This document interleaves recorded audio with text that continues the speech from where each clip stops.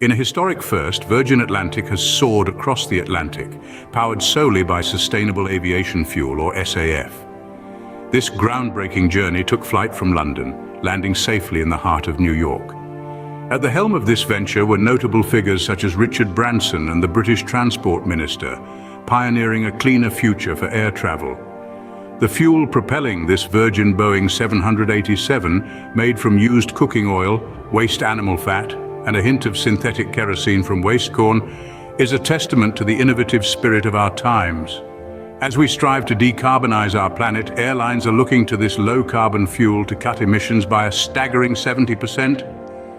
Yet this approach isn't without its challenges.